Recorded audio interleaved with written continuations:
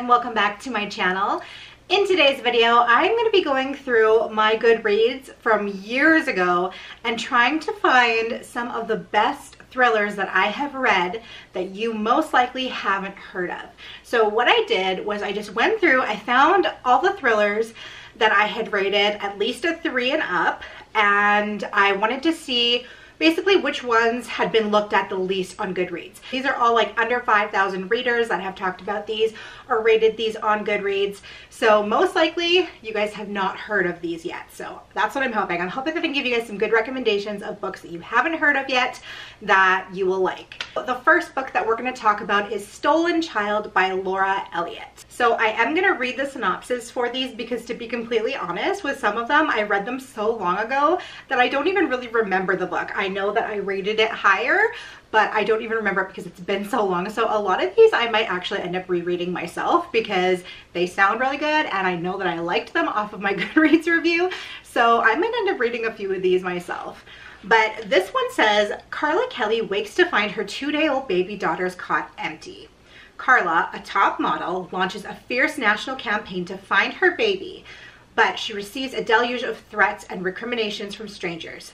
She flaunted her pregnancy in the media. She cashed in on it. She deserves everything she gets.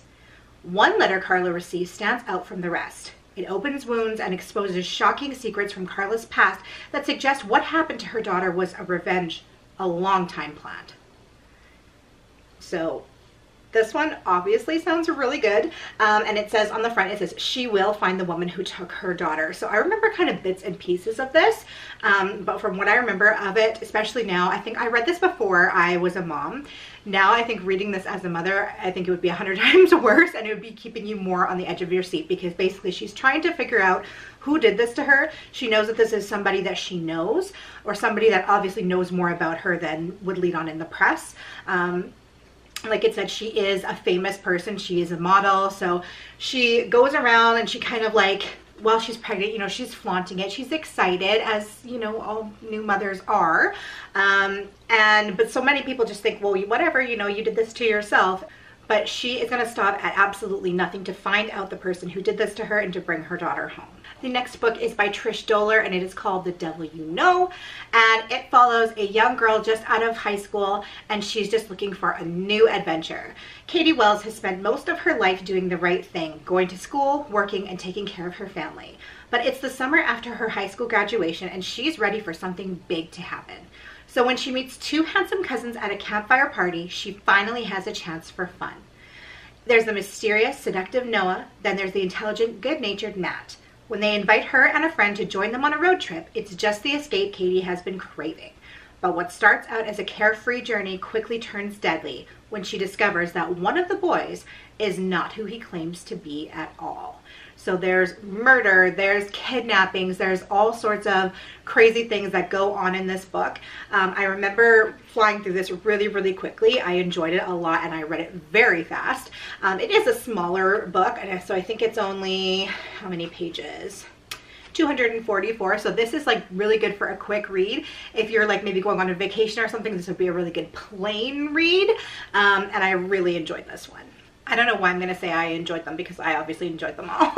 But this one is one that I read a long time ago, like a long time ago. And I cannot remember the twist in here whatsoever. But it's called The Asylum by John Harwood. And I actually lost this book for a while. I had borrowed it to my mom and I forgot I lent it to her. This is why if you borrow books to people, remember that you did it, because I looked for this book for forever and I couldn't remember what happened to it. And I was talking to my mom about it the one day and she was like, I think I have that book. She had it for like 3 years. Anyways. Confused and disoriented, Georgina Ferrers awakens in a small room in Tregamon House, a remote asylum in England. She has no memory of the past few weeks. The doctor, Maynard Straker, tells her that she admitted herself under the name Lucy Ashton, then suffered a seizure. When she insists he has taken her for someone else, Dr. Straker sends a telegram to her uncle, who replies that Georgina Ferrers is at home with him in London. Your patient must be an imposter. Suddenly, her voluntary confinement becomes involuntary. Who is the woman in her uncle's house? Georgina's perilous quest to free herself takes us from a cliffside cottage on the Isle of Wight to the secret passages of Tregamon House and into a web of hidden family ties, on which her survival depends. Doesn't that sound so good, you guys? I can't remember the twist in this, and this is definitely one that I think that I'm probably going to reread. There's just so many books in so little time. Like, there's so many that I would love to reread, but you can't reread them all. But this one I think might be one that I pick up again because that synopsis sounds amazing. And once again, I know that I liked it because I rated it high on Goodreads. The next is Mother Mother by Karen Zalkis. And this one is super creepy. And I actually read this 1.5 times because I forgot that I read it first, and I started picking it up again. This was a couple years ago. I picked it up again and I got like a quarter of the way through it, and I was like, this really sounds familiar, and then I realized I had already read it. But that's how good the synopsis is that you're gonna want to read it twice. Josephine Hurst has her family under control. With 2 beautiful daughters, a brilliantly intelligent son, a tech guru husband, and a historical landmark home, her life is picture perfect. She has everything she wants. All she has to do is keep it that way. But living in this matriarch's determinedly cheerful yet subtly controlling domain hasn't been easy for her family. And when her oldest daughter Rose runs off with a mysterious boyfriend, Josephine tightens her grip and gradually turning her flawless home into a darker sort of prison. Resentful of her sister's newfound freedom, Violet turns to Eastern philosophy, hallucinogenic drugs, and extreme fasting, eventually landing herself in the psych ward. Meanwhile, her brother Will shrinks farther into a world of self-doubt. Recently diagnosed with Asperger's and epilepsy, he is separated from the other kids around town and is homeschooled to ensure his safety. Their father, Douglas, finds resolve in the bottom of the bottle, an addict craving his own chance to escape. Josephine struggles to maintain the family's impeccable facade, but when a violent incident leads to a visit from Child Protective Services, the truth about the Hearst might finally be revealed.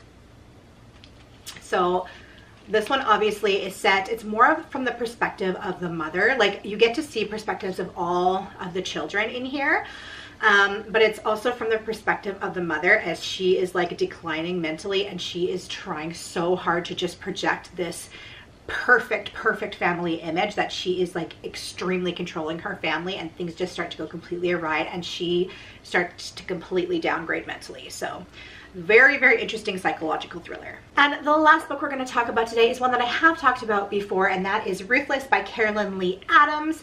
And this one follows a girl who wakes up in the back of a truck bed realizing that she has just been kidnapped. So that's how our story opens. She's just like coming aware and realizing she's in the back of a truck bed, not knowing who she's with or what's happening. She's blindfolded, she's tied up, and she's realized that she's been kidnapped. And her kidnapper takes her to a cabin in the woods where she realizes that this is not the first person that he has done this to, that there are plenty of other girls that he has done this to. And she decides that she is going to be the one to escape and who's going to live. So her name is Ruth, and she's just a very tenacious young girl. She's very good at everything that she does. She excels in everything that she does. And she decides that this is going to be no different, that she is going to make it out of here alive. So this follows her. This all takes place over one evening, one night. It is an extremely fast-paced thriller. I read this during the summer, actually at our family cabin in the woods. Well, it's on a lake, but there's, you know, it's at a cabin. So it was very atmospheric for me at the time, and I just like, I could not put it down. It was getting late at night. It was like 1 o'clock in the morning, and I was like, my son's gonna wake up early in the morning. I have to put it down, but I just couldn't. It was so good.